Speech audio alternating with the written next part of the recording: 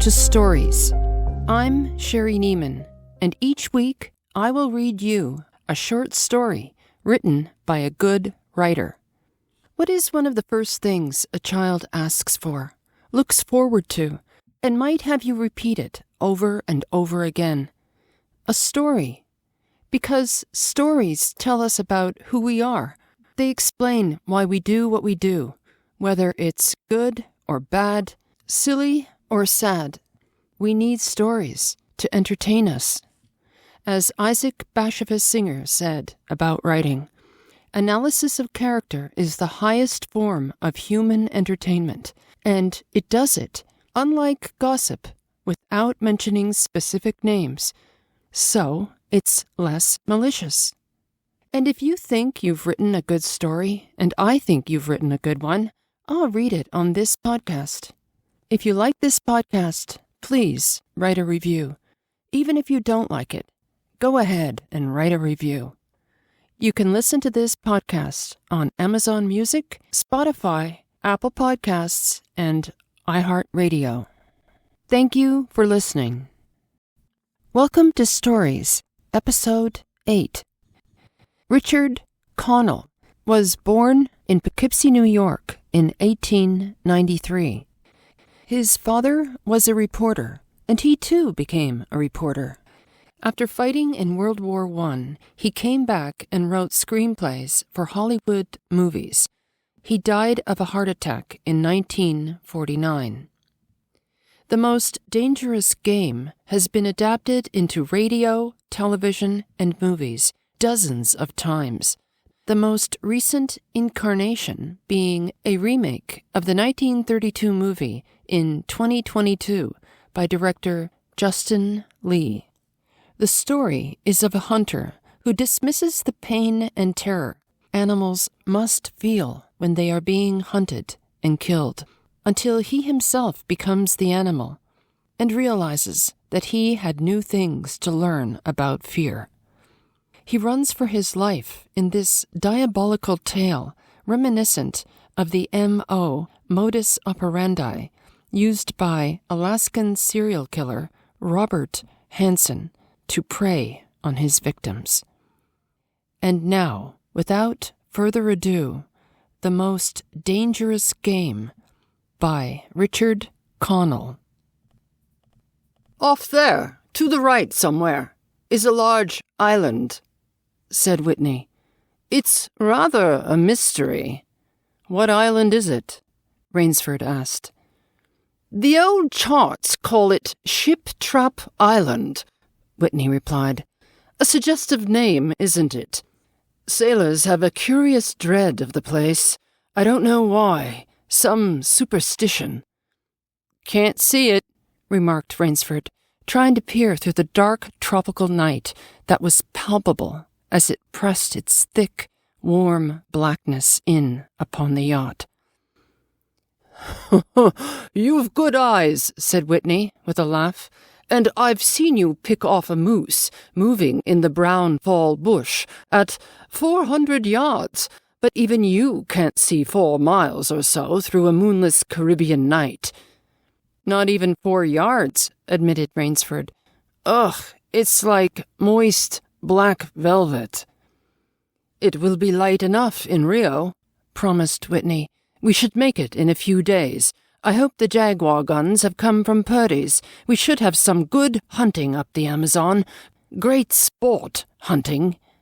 "The best sport in the world," agreed Rainsford. "For the hunter," amended Whitney, "not for the Jaguar."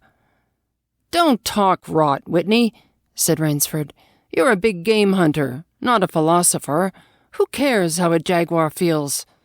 "Oh, perhaps the jaguar does," observed Whitney. "Ah, they've no understanding." "Even so, I rather think they understand one thing. Fear. The fear of pain and the fear of death." "Nonsense," laughed Rainsford. "This hot weather is making you soft, Whitney. Be a realist. The world is made up of 2 classes, the hunters and the huntees. Luckily, you and I are hunters." "Do you think we've passed that island yet?" I can't tell in the dark. I hope so. Why? Asked Rainsford. The place has a reputation, a bad one. Cannibals? Suggested Rainsford. Hardly. Even cannibals wouldn't live in such a God-forsaken place. But it's gotten into sailor lore somehow. Didn't you notice that the crew's nerves seemed a bit jumpy today? They were a bit strange, now you mention it. Even Captain Nielsen. Yes, even that tough-minded old Swede, who'd go up to the devil himself and ask him for a light. Those fishy blue eyes held a look I never saw there before. All I could get out of him was, "This place has an evil name among seafaring men, sir." Then he said to me, very gravely, "Don't you feel anything?" As if the air about us was actually poisonous. Now, you mustn't laugh when I tell you this. I did feel something like a sudden chill. There was no breeze. The sea was as flat as a plate glass window. We were drawing near the island then. What I felt was a mental chill, a sort of sudden dread. Pure imagination, said Rainsford. One superstitious sailor can taint the whole ship's company with his fear. Maybe. But sometimes I think sailors have an extra sense that tells them when they are in danger. Sometimes I think evil is a tangible thing, with wavelengths, just as sound and light have. An evil place can, so to speak, broadcast vibrations of evil. Anyhow, I'm glad we're getting out of this zone. Well, I think I'll turn in now, Rainsford. I'm not sleepy, said Rainsford. I'm going to smoke another pipe up in the afterdeck. Good night, then, Rainsford. See you at breakfast. Right. Good night, Whitney. There was no sound in the night as Rainsford sat there by the muffled throb of the engine that drove the yacht swiftly through the darkness, and the swish and ripple of the wash of the propeller. Rainsford, reclining in a steamer chair, indolently puffed on his favorite tobacco. The sensuous drowsiness of the night was on him. It's so dark, he thought. I could sleep without closing my eyes. The night would be my eyelids. An abrupt sound startled him. Off to the right he heard it, and his ears, expert in such matters, could not be mistaken. Again he heard the sound. And again. Somewhere, off in the blackness, someone had fired a gun 3 times. Rainsford sprang up and moved quickly to the rail, mystified. He strained his eyes in the direction from which the reports had come, but it was like trying to see through a blanket. He leaped upon the rail and balanced himself there to get greater elevation. His pipe, striking a rope, was knocked from his mouth. He lunged for it. A short, hoarse cry came from his lips as he realized he had reached too far and had lost his balance. The cry was pinched off short as the blood-warm waters of the Caribbean Sea dosed over his head. He struggled up to the surface and tried to cry out, but the wash from the speeding yacht slapped him in the face, and the salt water in his open mouth made him gag and strangle. Desperately, he struck out with strong strokes after the receding lights of the yacht, but he stopped before he had swum 50 feet. A certain cool-headedness had come to him. It was not the first time he had been in a tight place. There was a chance that his cries could be heard by someone aboard the yacht, but that chance was slender, and grew more slender as the yacht raced on. He wrestled himself out of his clothes and shouted with all his power. The lights of the yacht became faint and ever-vanishing fireflies. Then they were blotted out entirely by the night. Rainsford remembered the shots. They had come from the right, and doggedly he swam in that direction, swimming with slow, deliberate strokes, conserving his strength. For a seemingly endless time he fought the sea. He began to count his strokes, He could do possibly 100 more, and then Rainsford heard a sound. It came out of the darkness, a high, screaming sound, the sound of an animal in an extremity of anguish and terror. He did not recognize the animal that made the sound. He did not try to. With fresh vitality, he swam toward the sound. He heard it again. Then it was cut short by another noise, crisp, staccato. "Pistol shot," muttered Rainsford, swimming on. 10 minutes of determined effort brought another sound to his ears, the most welcome he had ever heard. The muttering and growling of the sea breaking on a rocky shore. He was almost on the rocks before he saw them. On a night less calm, he would have been shattered against them. With his remaining strength, he dragged himself from the swirling waters. Jagged crags appeared to jut up into the opaqueness. He forced himself upward, hand over hand. Gasping, his hands raw, he reached a flat place at the top. Dense jungle came down to the very edge of the cliffs. What perils that tangle of trees and underbrush might hold for him did not concern Rainsford just then. All he knew was that he was safe from his enemy, the sea, and that utter weariness was on him. He flung himself down at the jungle edge and tumbled headlong into the deepest sleep of his life. When he opened his eyes, he knew from the position of the sun that it was late in the afternoon. Sleep had given him new vigor. A sharp hunger was picking at him. He looked about him, almost cheerfully. Where there are pistol shots, there are men. Where there are men, there is food, he thought. But what kind of men, he wondered, in so forbidding a place? An unbroken front of snarled and ragged jungle fringed the shore. He saw no sign of a trail through the closely knit web of weeds and trees. It was easier to go along the shore, and Rainsford floundered along by the water. Not far from where he landed, he stopped.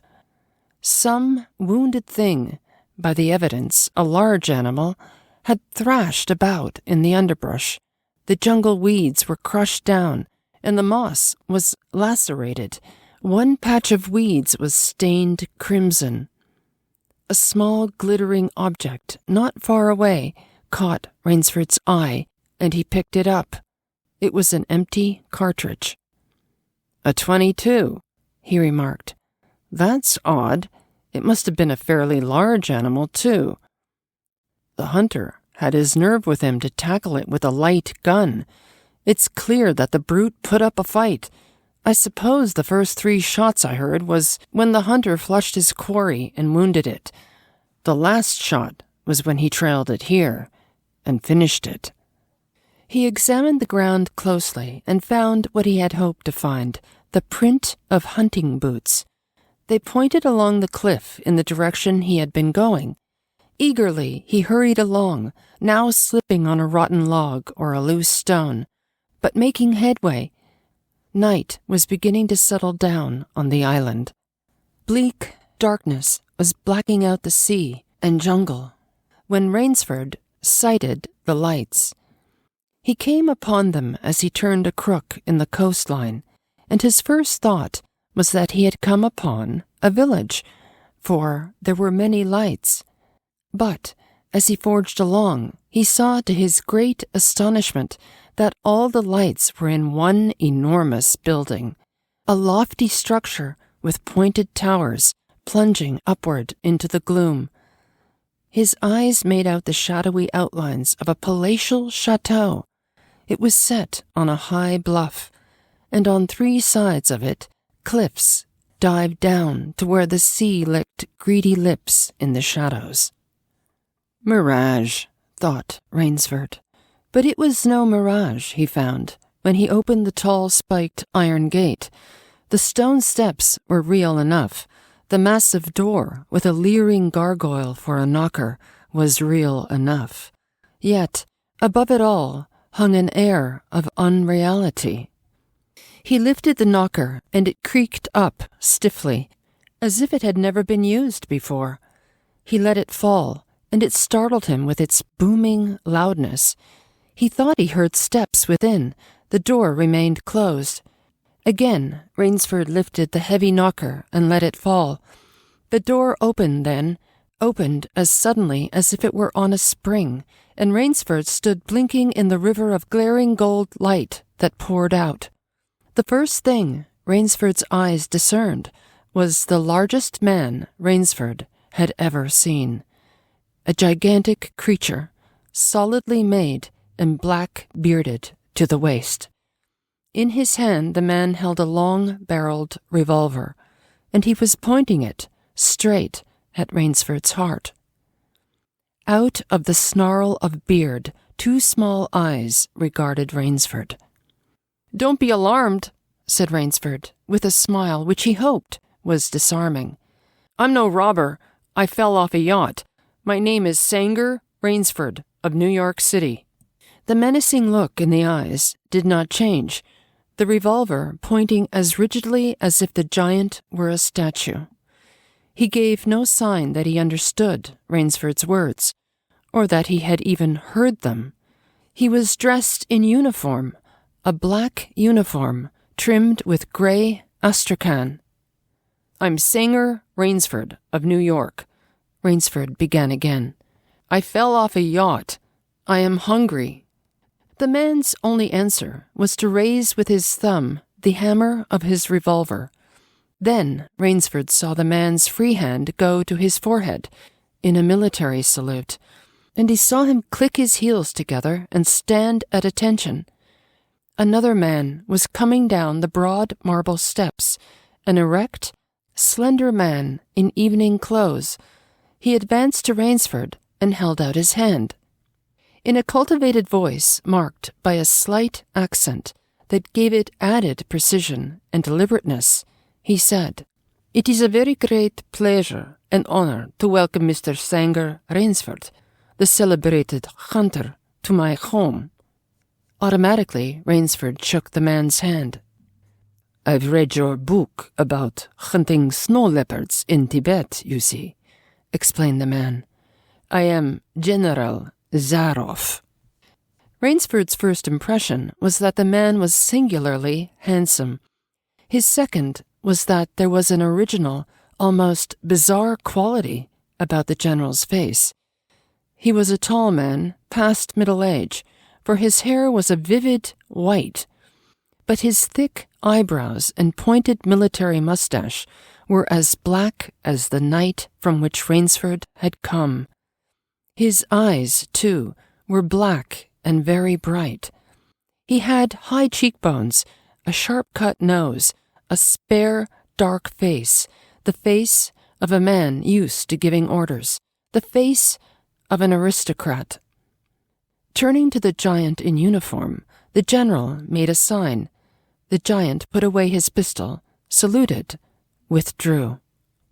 "Ivan is an incredibly strong fellow," remarked the general, "but he has the misfortune to be deaf and dumb.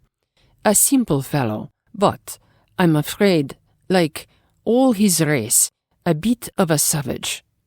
"Is he Russian?" "He is a Cossack," said the general, and his smile showed red lips and pointed teeth. "So am I. Come," he said. "We shouldn't be chatting here. We can talk later. Now you want clothes, food, rest. You shall have them. This is a most restful spot." Ivan reappeared, and the general spoke to him with lips that moved, but gave forth no sound. "Follow Ivan, if you please, Mr. Rainsford," said the general.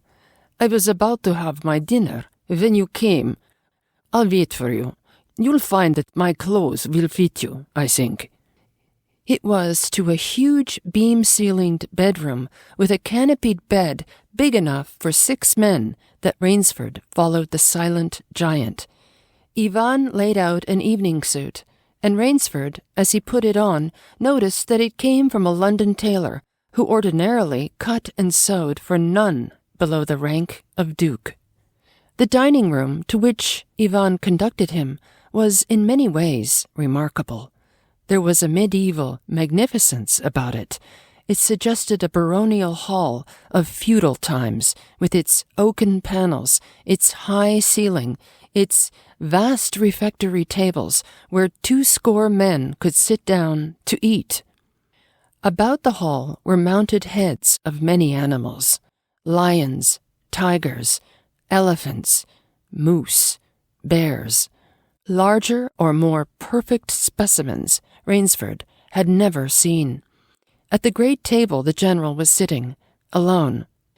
"You'll have a cocktail, Mr. Rainsford," he suggested. The cocktail was surpassingly good, and Rainsford noted the table appointments were of the finest: the linen, the crystal, the silver, the china. They were eating borscht, the rich red soup with whipped cream so dear to Russian palates. Half apologetically, General Zarov said, "We do our best to preserve the amenities of civilization here. Please forgive any lapses. We are well off the beaten track, you know. Do you think the champagne has suffered from its long ocean trip?" "Not in the least," declared Rainsford. He was finding the general a most thoughtful and affable host, a true cosmopolite. But there was one small trait of the general's that made Rainsford uncomfortable. Whenever he looked up from his plate, he found the general studying him, appraising him narrowly. "Perhaps," said General Zarov, "you were surprised that I recognized your name. You see, I read all books on hunting published in English, French, and Russian. I have but one passion in my life, Mr. Rainsford, and it is the hunt." "Oh, you have some wonderful heads here," said Rainsford, as he ate a particularly well-cooked filet mignon. "That Cape buffalo is the largest I ever saw." "Oh, that fellow, yes, he was a monster." "Did he charge you?" "Hurled me against a tree," said the general. "Fractured my skull. But I got the brute." "I've always thought," said Rainsford, "that the Cape buffalo is the most dangerous of all big game." For a moment the general did not reply. He was smiling his curious red-lipped smile. Then he said slowly, "No, you are wrong, sir. The Cape buffalo is not the most dangerous big game." He sipped his wine. "Here, in my preserve, on this island," he said in the same slow tone, "I hunt more dangerous game." Rainsford expressed his surprise. "Is there big game on this island?" The general nodded. "The biggest." "Really?" "Oh, it isn't here naturally, of course. I have to stock the island." "What have you imported, General?" Rainsford asked. "Tigers?" The general smiled. "No," he said. "Hunting tigers ceased to interest me some years ago. I exhausted their possibilities, you see. No thrill left in tigers. No real danger. I live for danger, Mr. Rainsford." The general took from his pocket a gold cigarette case and offered his guest a long black cigarette with a silver tip. It was perfumed and gave off a smell like incense. "We will have some capital hunting, you and I," said the general. "I shall be most glad to have your society." "But what game?" began Rainsford. "I'll tell you," said the general. "You will be amused, I know. I think I may say, in all modesty, that I have done a rare thing. I have invented a new sensation. May I pour you another glass of port?" "Thank you, General." The general filled both glasses and said, God makes some men poets, some he makes kings, some beggars. Me he made a hunter. My hand was made for the trigger, my father said.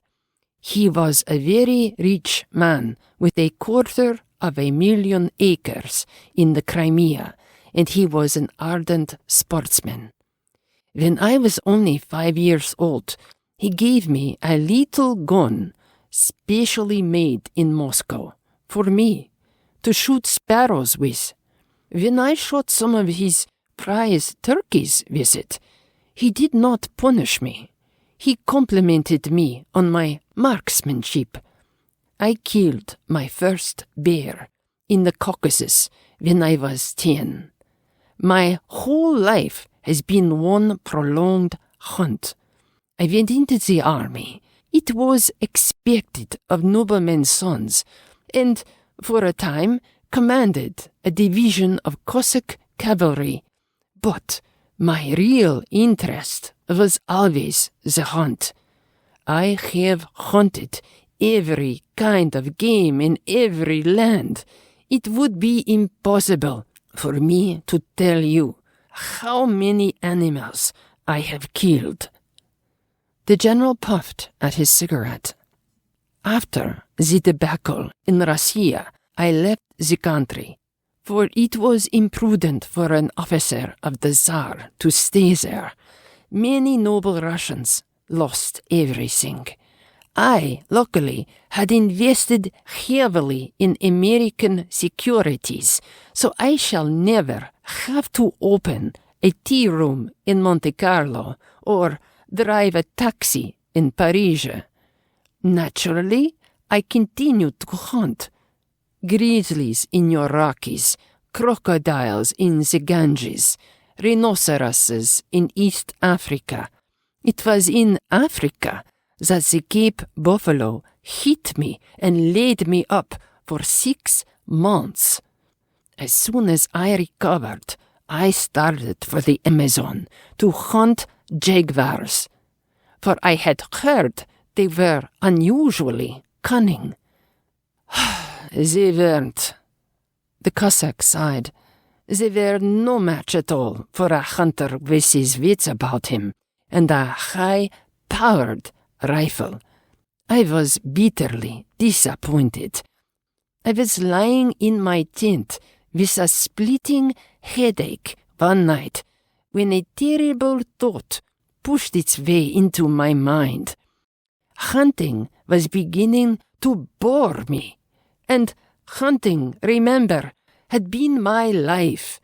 I have heard that in America, businessmen often go to pieces when they give up the business that has been their life.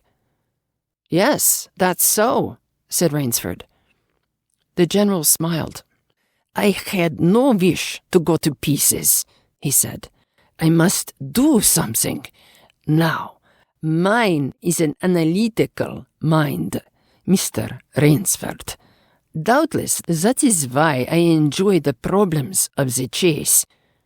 No doubt, General Zaroff. So, continued the general, I asked myself why the hunt no longer fascinated me. You are much younger than I am, Mr. Rainsford, and have not hunted as much, but you perhaps can guess the answer. What was it? Simply this. Hunting had ceased to be what you call a sporting proposition. It had become too easy. I always got my quarry, always. There is no greater bore than perfection. The general lit a fresh cigarette. No animal had a chance with me any more. That is no boast. It is a mathematical certainty. The animal had nothing but its legs, and his instinct is no match for reason. When I thought of this, it was a tragic moment for me. I can tell you." Rainsford leaned across the table, absorbed in what his host was saying. "It came to me as an inspiration what I must do," the general went on. "And that was?" The general smiled the quiet smile of one who has faced an obstacle and surmounted it with success. "I had to invent a new animal to hunt," he said. "A new animal? You're joking." "Not at all," said the general. "I never joke about hunting. I needed a new animal. I found one. So I bought this island, built this house, and here I do my hunting. The island is perfect for my purposes. There are jungles with a maze of trails in them, hills, swamps." "But the animal, General Zaroff?" "Oh," said the general, "it supplies me with the most exciting hunting in the world. No other hunting compares with it for an instant. Every day I hunt, and I never grow bored now, for I have a quarry with which I can match my wits." Rainsford's bewilderment showed in his face. "I wanted the ideal animal to hunt," explained the general. "So I said, what are the attributes of an ideal quarry?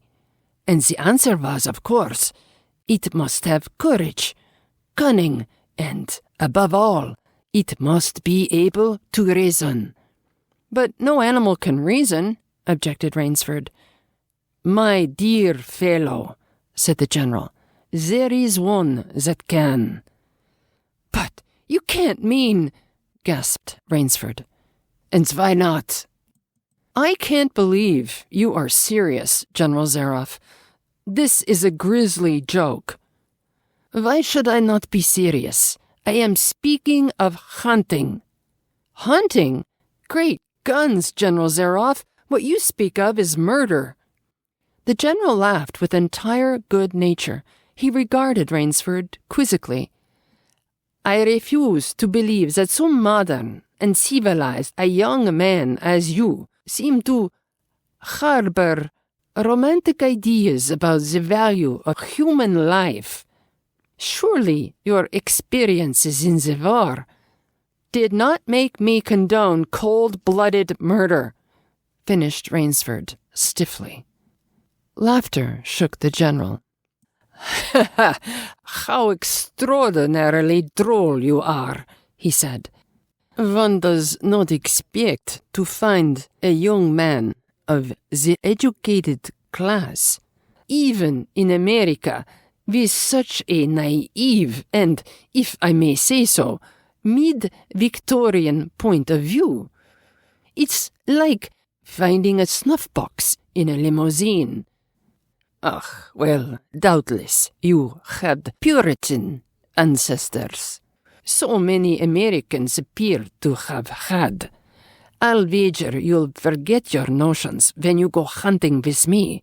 You have a genuine new thrill in store for you, Mr. Rainsford." "Thank you. I'm a hunter, not a murderer." "Dear me," said the general, quite unruffled. "Again, that unpleasant word. But I think I can show you that your scruples are quite ill-founded." "Yes?" "Life is for the strong, to be lived by the strong, and, if needs be, taken by the strong. The weak of the world were put here to give the strong pleasure. I am strong. Why should I not use my gift? If I wish to hunt, why should I not? I hunt the scum of the earth, sailors from tramp ships, blacks, Chinese, whites, mongrels. A thoroughbred horse or hound is worth more than a score of them." "But they are men," said Rainsford hotly. "Precisely," said the general. "That is why I use them. It gives me pleasure. They can reason after a fashion, so they are dangerous. But where did you get them? The general's left eyelid fluttered down in a wink. This island is called Sheep Trap, he answered. Sometimes an angry god of the high seas sends them to me. Sometimes, when Providence is not so kind, I help Providence a bit.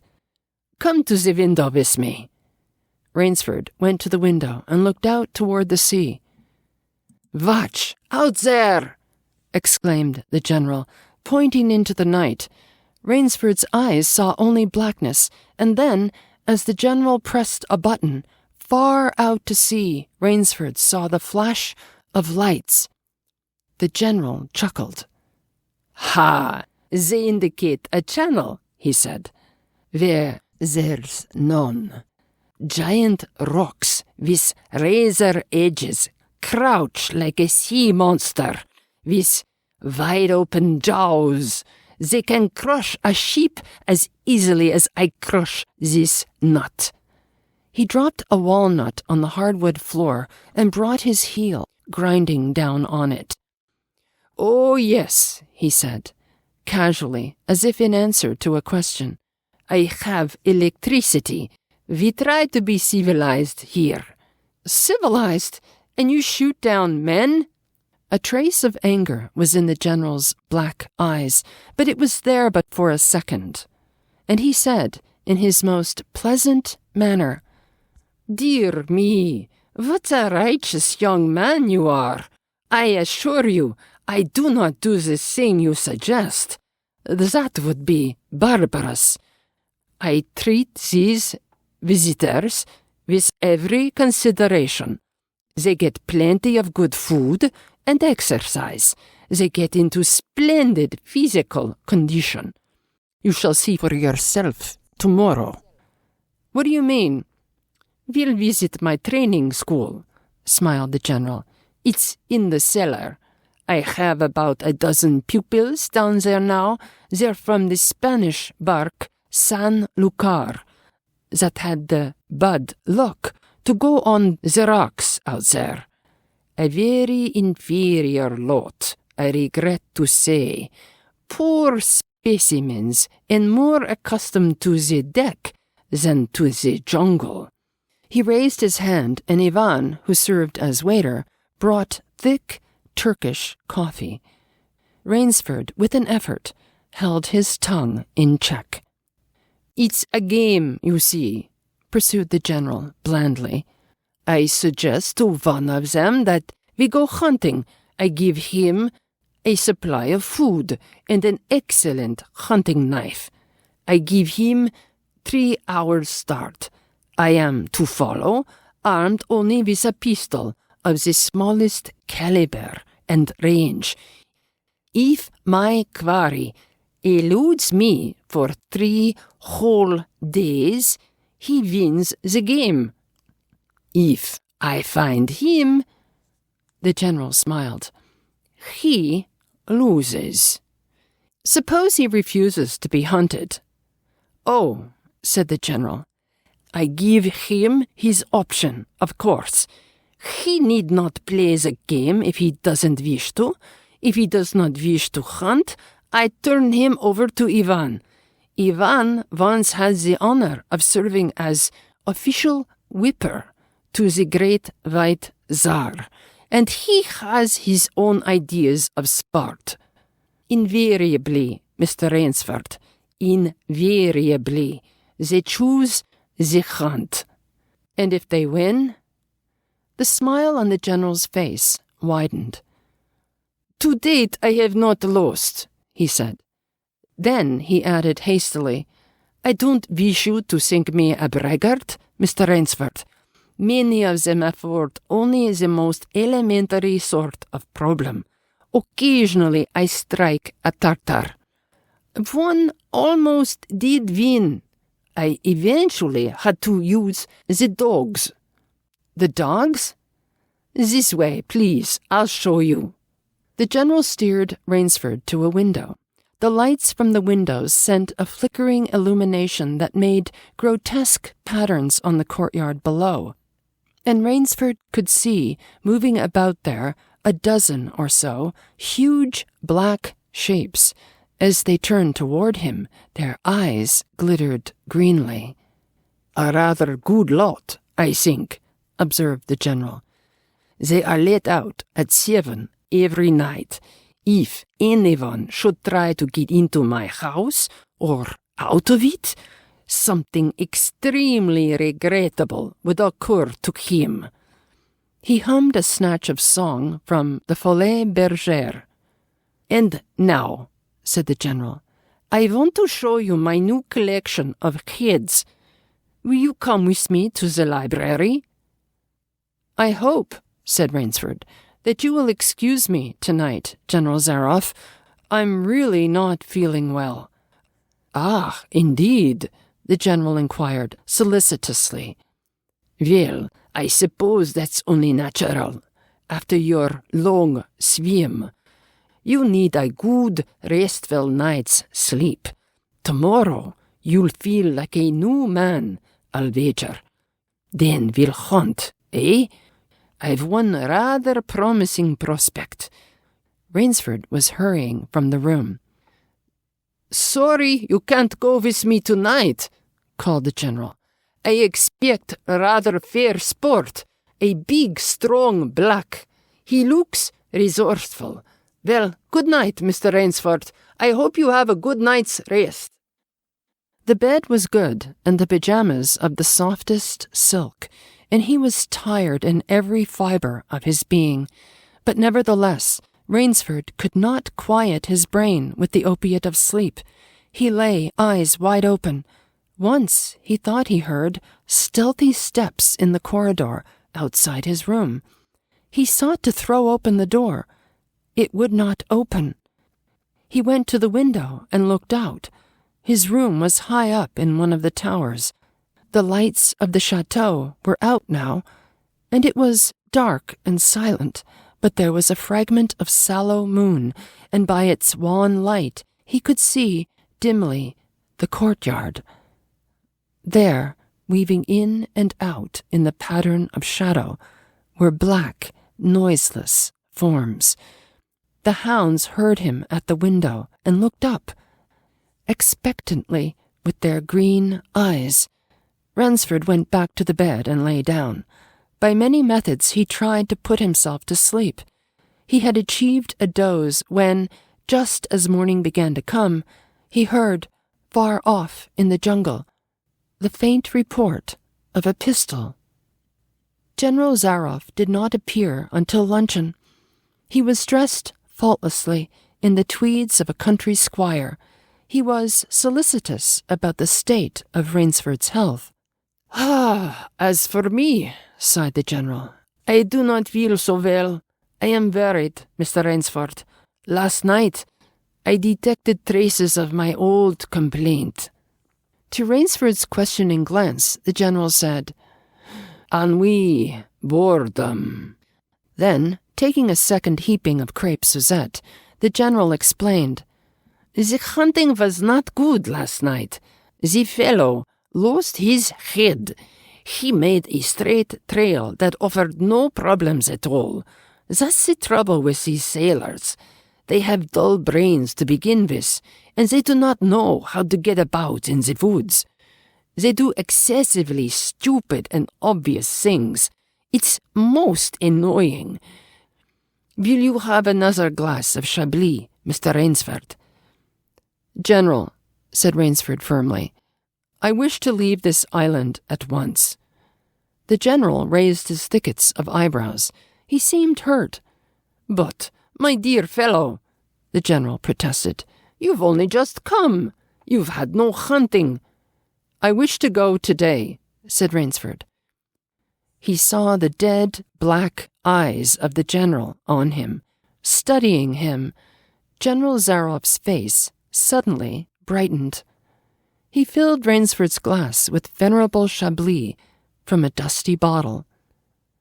"Tonight," said the general, We will hunt, you and I." Rainsford shook his head. "No, General," he said. "I will not hunt." The general shrugged his shoulders and delicately ate a hothouse grape. "As you wish, my friend," he said. "The choice rests entirely with you. But may I not venture to suggest that you will find my idea of sport more diverting than Ivan's?" He nodded toward the corner where the giant stood, scowling, his thick arms crossed on his hogshead of chest. "You don't mean—" cried Rainsford.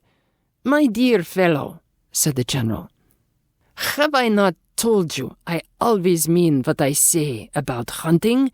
This is really an inspiration. I drink to a foe worthy of my steel at last." The general raised his glass, but Rainsford sat staring at him. "You'll find this game worth playing," the general said enthusiastically. "Your brain against mine, your woodcraft against mine, your strength and stamina against mine. Outdoor chess, and the stake is not without value, eh?" "And if I win," began Rainsford, huskily. "I'll cheerfully acknowledge myself defeat if I do not find you by midnight of the third day," said General Zaroff. "My sloop will place you on the mainland near a town."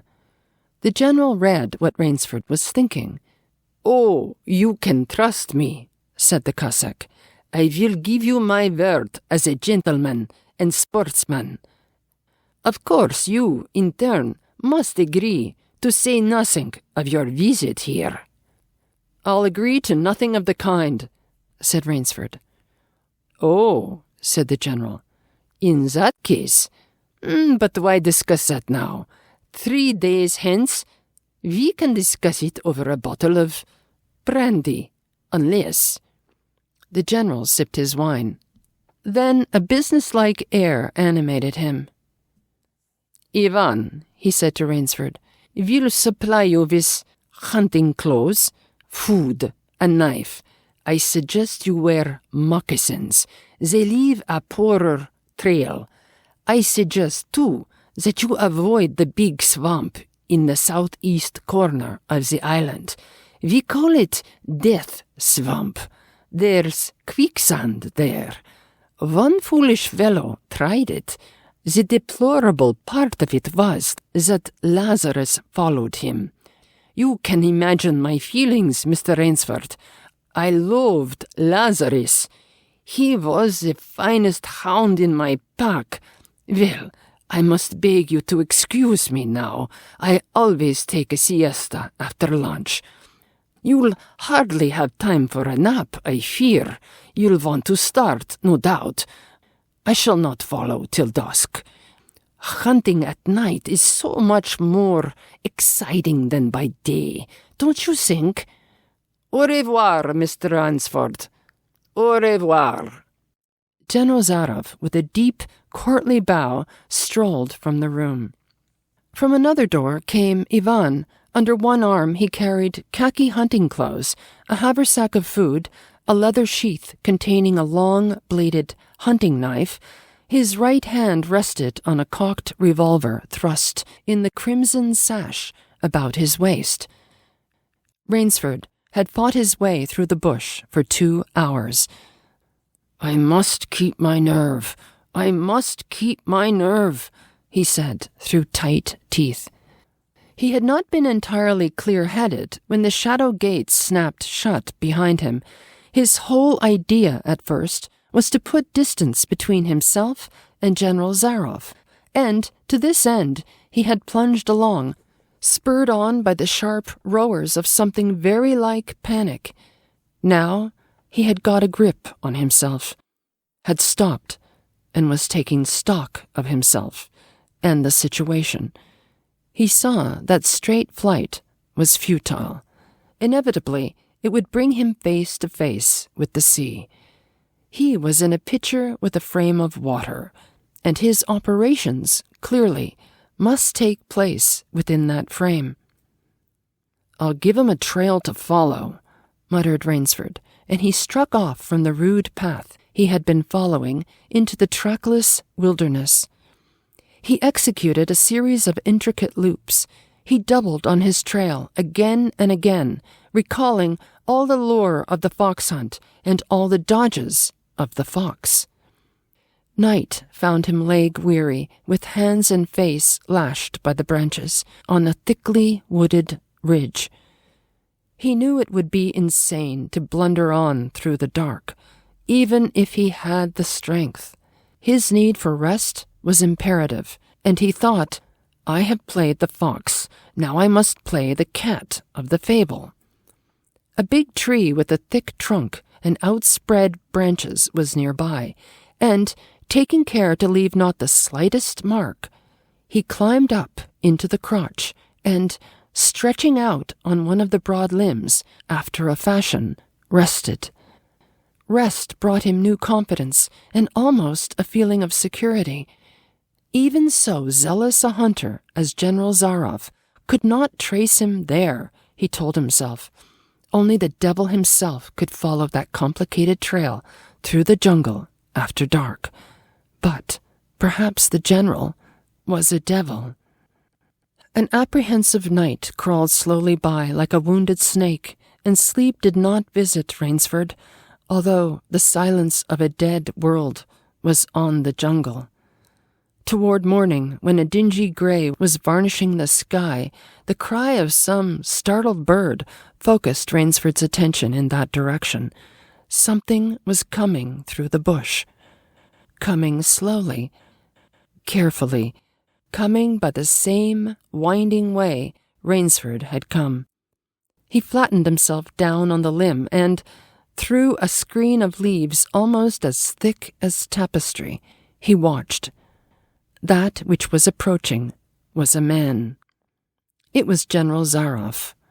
He made his way along with his eyes fixed in utmost concentration on the ground before him. He paused, almost beneath the tree, dropped to his knees and studied the ground. Rainsford's impulse was to hurl himself down like a panther, but he saw that the general's right hand held something metallic, a small automatic pistol. The hunter shook his head several times, as if he were puzzled. Then he straightened up and took from his case one of his black cigarettes. Its pungent incense-like smoke flooded up to Rainsford's nostrils. Rainsford held his breath. The general's eyes had left the ground and were traveling inch by inch up the tree. Rainsford froze there. Every muscle tensed for a spring, but the sharp eyes of the hunter stopped before they reached the limb where Rainsford lay. A smile spread over his brown face. Very deliberately, he blew a smoke ring into the air. Then he turned his back on the tree and walked carelessly away, back along the trail he had come. The swish of the underbrush against his hunting boots grew fainter and fainter. The pent-up air burst hotly from Rainsford's lungs. His first thought made him feel sick and numb. The general could follow a trail through the woods at night. He could follow an extremely difficult trail. He must have uncanny powers. Only by the merest chance had the Cossack failed to see his quarry. Rainsford's second thought was even more terrible. It sent a shudder of cold horror through his whole being. Why had the general smiled? Why had he turned back? Rainsford did not want to believe what his reason told him was true, but the truth was as evident as the sun that had by now pushed through the morning mists. The general was playing with him. The general was saving him for another day's sport. The Cossack was the cat. He was the mouse. Then it was that Rainsford knew the full meaning of terror. "I will not lose my nerve. I will not." He slid down the tree and struck off again into the woods. His face was set, and he forced the machinery of his mind to function. 300 yards from his hiding place, he stopped, where a huge dead tree leaned precariously on a smaller, living one. Throwing off his sack of food, Rainsford took his knife from its sheath and began to work with all his energy. The job was finished at last, and he threw himself down behind a fallen log, 100 feet away. He did not have to wait long. The cat was coming again to play with the mouse. Following the trail with the sureness of a bloodhound came General Zaroff. Nothing escaped those searching black eyes. No crushed blade of grass, no bent twig, no mark, no matter how faint, in the moss. So intent was the Cossack on his stalking that he was upon the thing Rainsford had made before he saw it. His foot touched the protruding bough that was the trigger.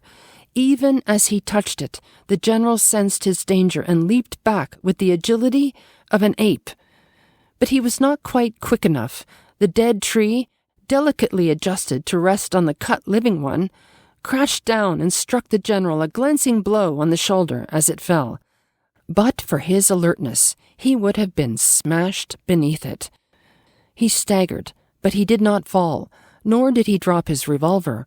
He stood there, rubbing his injured shoulder, and Rainsford, with fear again gripping his heart, heard the general's mocking laugh ring through the jungle.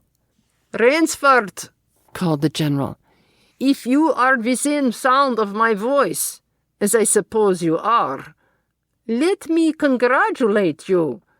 Not many men know how to make a Malay man-catcher. Luckily for me, I too have hunted in Malacca.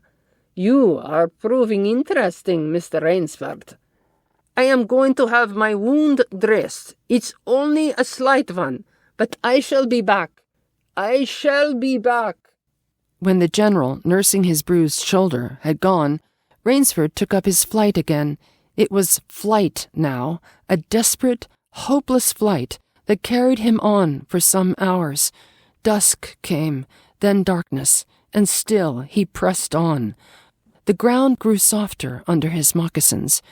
The vegetation grew ranker, denser. Insects bit him savagely. Then, as he stepped forward, his foot sank into the ooze. He tried to wrench it back, but the muck sucked viciously at his foot, as if it were a giant leech. With a violent effort, he tore his feet loose. He knew where he was now, Death Swamp and its quicksand.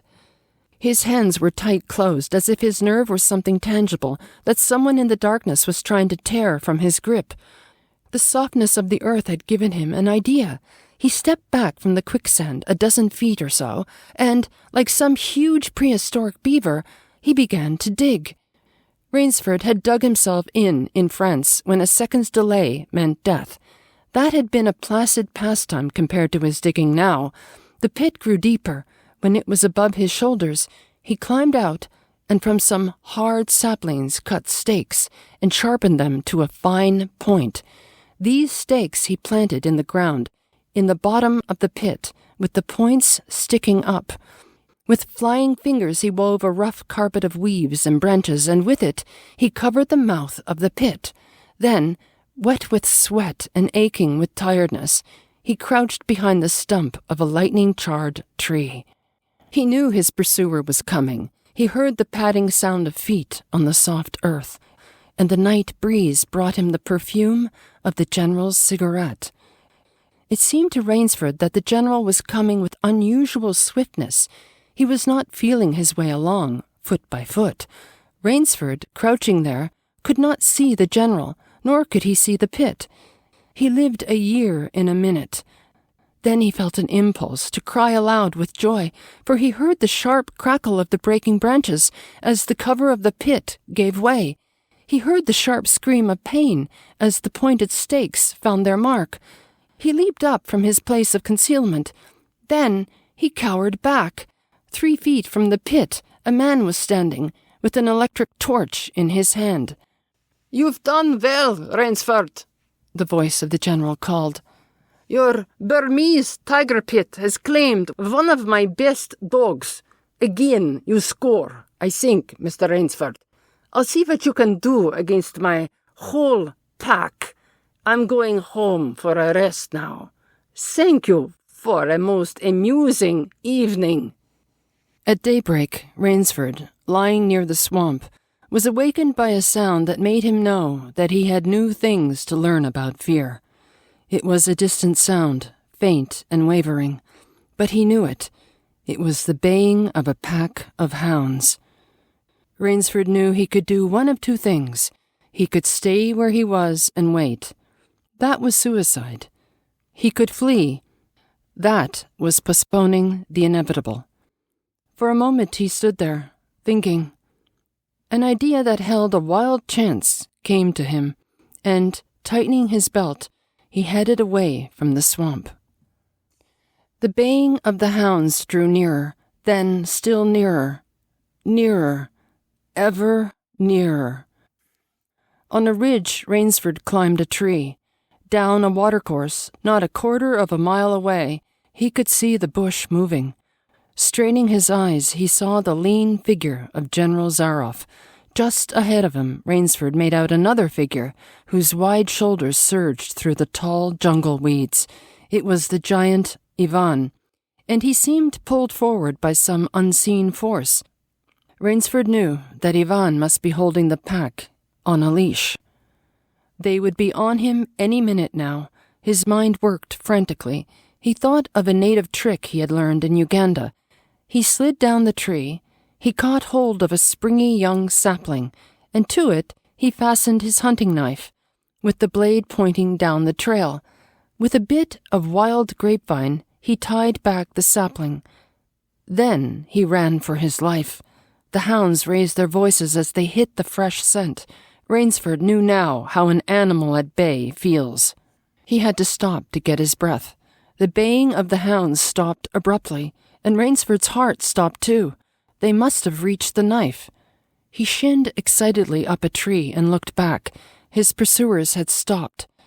But the hope that was in Rainsford's brain when he climbed died, for he saw in the shallow valley that General Zaroff was still on his feet. But Ivan was not. The knife, driven by the recoil of the springing tree, had not wholly failed. Rainsford had hardly tumbled to the ground when the pack took up the cry again. "Nerve, nerve, nerve!" he panted as he dashed along. A blue gap showed between the trees dead ahead. Ever nearer drew the hounds. Rainsford forced himself on toward that gap. He reached it. It was the shore of the sea. Across a cove he could see the gloomy grey stone of the chateau. 20 feet below him the sea rumbled and hissed. Rainsford hesitated. He heard the hounds. Then he leaped far out into the sea. When the general and his pack reached the place by the sea, the Cossack stopped. For some minutes he stood regarding the blue-green expanse of water. He shrugged his shoulders. Then he sat down and took a drink of brandy from a silver flask, lit a cigarette, and hummed a bit from Madame Butterfly. General Zaroff had an exceedingly good dinner in his great panelled dining hall that evening. With it he had a bottle of Paul Roget and half a bottle of Chambertin. 2 slight annoyances kept him from perfect enjoyment. One was the thought that it would be difficult to replace Ivan. The other was that his quarry had escaped him. Of course, the American hadn't played the game, so thought the general, as he tasted his after-dinner liqueur. In his library, he read to soothe himself from the works of Marcus Aurelius. At 10, he went up to his bedroom. He was deliciously tired, he said to himself, as he locked himself in. There was a little moonlight, so before turning on his light, he went to the window and looked down at the courtyard. He could see the great hounds, and he called, "Better luck another time." Then he switched on the light. A man who had been hiding in the curtains of the bed was standing there. "Rainsford!" screamed the general. "How in God's name did you get here?" "Swam," said Rainsford. "I found it quicker than walking through the jungle." The general sucked in his breath and smiled. "I congratulate you," he said. "You have won the game." Rainsford did not smile. "I am still a beast at bay," he said in a low, hoarse voice. "Get ready, General Zaroff." The general made one of his deepest bows. "I see," he said. "Splendid! One of us is to furnish a repast for the hounds. The other will sleep in this very, very excellent bed. En garde, Rainsford." He had never slept in a better bed, Rainsford decided. Thank you for listening to The Most Dangerous Game by Richard Connell. May you always find a good book to read, and may all your stories end well.